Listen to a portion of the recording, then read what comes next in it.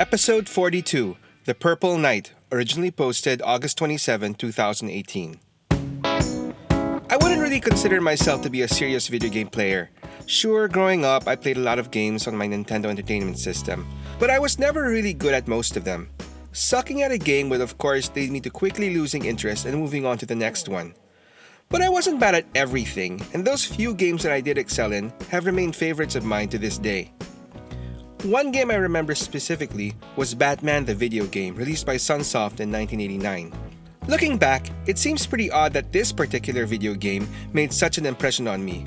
First of all, I'm not the biggest Batman fan out there. Don't get me wrong, I like Batman, but I'm not a fan of dark, brooding heroes in general. I'm more of a Superman kind of guy. Case in point, I actually never saw the live-action movie starring Michael Keaton and Jack Nicholson that this game was loosely based on.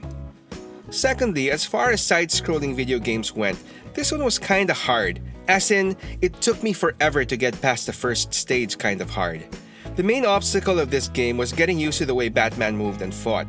For someone who played a lot of Super Mario Bros., where the protagonists seemed to float in the air when they jumped, Batman felt like he had more weight to him, and he definitely didn't jump as high. And unlike other popular side-scrolling games of its day like Contra or Gradius, aside from the occasional Batarang or Bat Rockets, which were finite, his main offensive weapons were his fists, which meant getting close and personal with his enemies, most of whom moved pretty fast. These differences were definitely jarring and led to a lot of repeated deaths. But instead of giving up and moving on to the next game, I kept at it. Despite its different control and combat mechanics that took some getting used to, the game definitely had a lot of good going for it. First of all, it looked fantastic, as great as graphics could get in those days, and the gameplay was peppered with mid-stage cinematics that were definitely clunky by today's standards, but back then seemed state-of-the-art.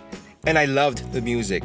Sure, it was the standard 8-bit synth and sound fare, but it was catchy, easy to recall even today, and most importantly, it sounded cool. And although the game was technically a side-scroller, most stages require you to move up and down aside from left to right. The pace is also slower than most other side-scrollers, more methodical, allowing you to plot out your next move in many spots, more suitable for a Batman game. It's worth noting that Batman's usual tool for scaling buildings and vertical obstacles, his grappling hook, is not used in the game. Instead, Batman can literally climb walls, but not straight up one surface like Spider-Man would do it, but by jumping up in a zigzag pattern between two parallel vertical surfaces. This was very similar to the lead character from another game I was a big fan of, Ryu Hayabusa from Ninja Gaiden. All in all, this Batman game was pretty distinctive even compared to the other Batman games that came after it. But if there is one major difference that set it apart from other Batman games, it was Batman himself. Now through the years, Batman has had sported a lot of different looks, from his classic blue and gray suit from the cartoons to his more predominantly black look in the live-action movies. But in this video game, and only in this one, Batman was predominantly purple with blue skin. Now I can only speculate on the actual reasoning for this, but I figure that it was probably due to the limited color palette or a way of making Batman easier to see amidst a pretty dark game. Or, although it's probably not the case, maybe it was a callback to the musician Prince, who wrote the soundtrack album for the 1989 film, and it was mostly associated with the color purple. Who knows?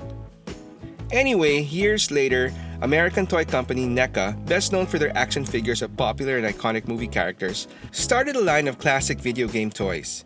This was mainly composed of repaints of figures already produced, sporting a limited color palette as a callback to their appearances in the 8 and 16-bit NES games. This was also a way for them to release unique versions of characters whose toy licenses belonged to other bigger companies. This was the case for Batman, whose action figure license at the time was held by Mattel. So in order to release their version of Batman, NECA had to get creative. They managed to secure a limited license to produce a Batman figure based on the 1989 live-action movie. This was released as part of a special Blu-ray package to celebrate the movie's 25th anniversary in 2014.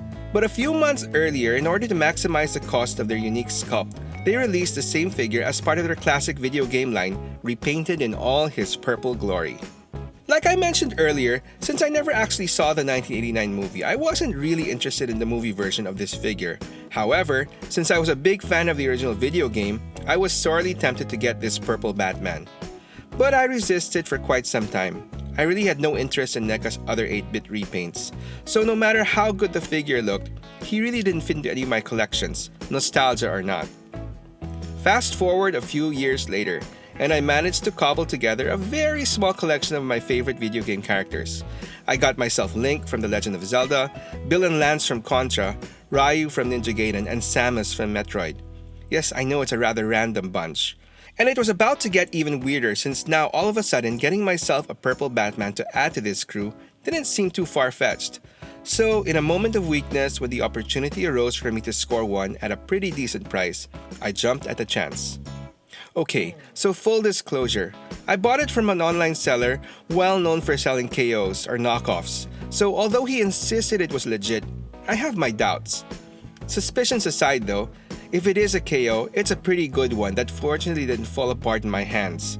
And he displays well with the rest of my video game crew, so that's good enough for me. There are so many factors that determine what toys we collectors end up buying, but probably the biggest one is nostalgia. The 1989 video game wasn't anything groundbreaking, but it was one that I enjoyed quite a lot, and one of the very few games I actually managed to finish, and as a result, has always remained special to me.